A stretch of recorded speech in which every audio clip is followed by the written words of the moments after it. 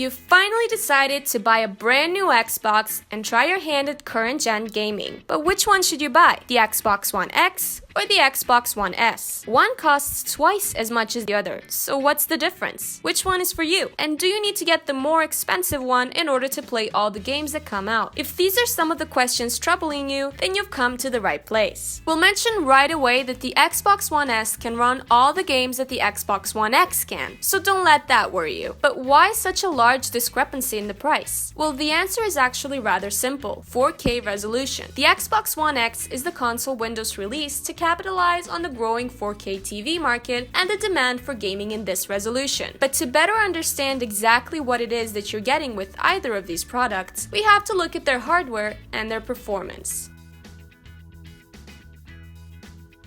In terms of hardware, the Xbox One S doesn't do much to set itself apart from the original Xbox One, which is fine as the original specs are nothing to laugh at. The Xbox One S has the same CPU and just a slightly better GPU. The biggest difference is in storage space should you want to have more than 500 gigabytes to work with. But do keep in mind that it's the 500 gigabyte version that costs only $250. And quite probably the best thing about the Xbox One S is that it comes without the mandatory Kinect, which only increased the price of the original. On the other hand, the Xbox One X looks like a completely new console on paper. It's like the original Xbox on steroids. It has an improved version of the CPU that works at higher frequency and a GPU that's no less than 4 times as powerful as the originals. 4 times! That's absurd. And that's what it takes to run games in native 4K. And it also ditches the original's 8 gigabytes of outdated DDR3 RAM memory for 12 gigabytes of GDDR5 memory. And just to make this new beefier console flex even harder, they replaced the 256-bit memory bus for a 383-bit one, giving the memory higher bandwidth. It's mind-boggling to think that these two consoles run the same games. But the price does reflect these improvements. Sitting at a hefty $500, the Xbox One X is easily the most expensive current-gen console. Although we should note that unlike any other console, it also comes with a 4K Blu-ray player.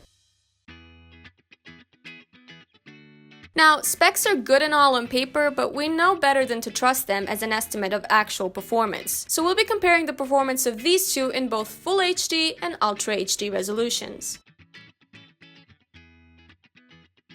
The Xbox One S is the more straightforward of the two. It was designed to run games in HD and Full HD, and it has no 4K capabilities. And how good it'll perform will ultimately vary from game to game. The less demanding sports and fighting games generally run at a stable 60 FPS in 1080p, but the more demanding action games and shooters usually opt for 30 FPS in order to keep the frame rate stable, sometimes even dropping to 900p or 70p to do so.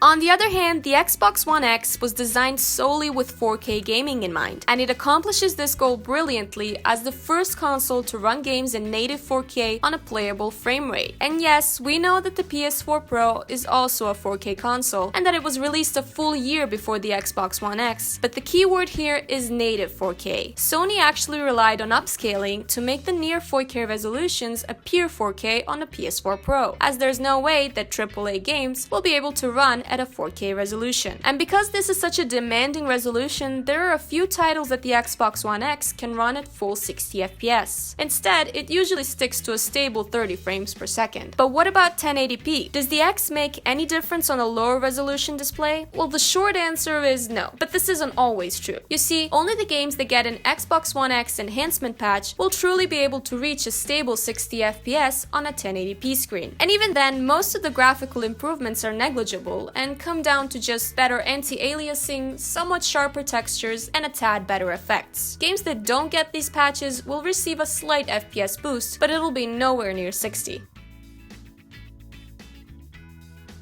So in the end, which one should you buy? The Xbox One X or the Xbox One S? Well, it all comes down to whether you have a 4K TV or not. If yes, then you'll get your money's worth out of the Xbox One X for sure. But if you don't have a 4K TV and don't plan on getting one, then it just doesn't seem worth it. If it increased the FPS of all games to a stable 60 at 1080p, then maybe we could recommend it. But most of the time, the best you'll be getting on a 1080p resolution are slightly better graphics. So what do you think? Are we right, or do you think that that the Xbox One X is worth getting regardless? And most importantly, did we help you make a decision? We'd like to hear what you have to say in the comments below. And as always, if you find this video helpful, don't forget to like and subscribe, and we'll see you in the next video.